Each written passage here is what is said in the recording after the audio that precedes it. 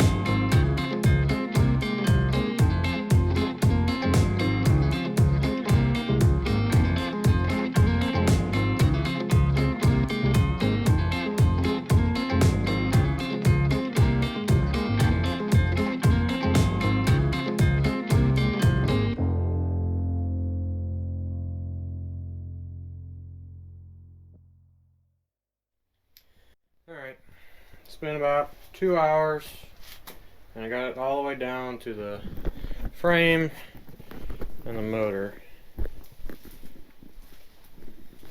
That's all that's on it. I got all the parts over here. Let's clean all this up. And my parts washer over there. And then we'll get to putting it together. See you then.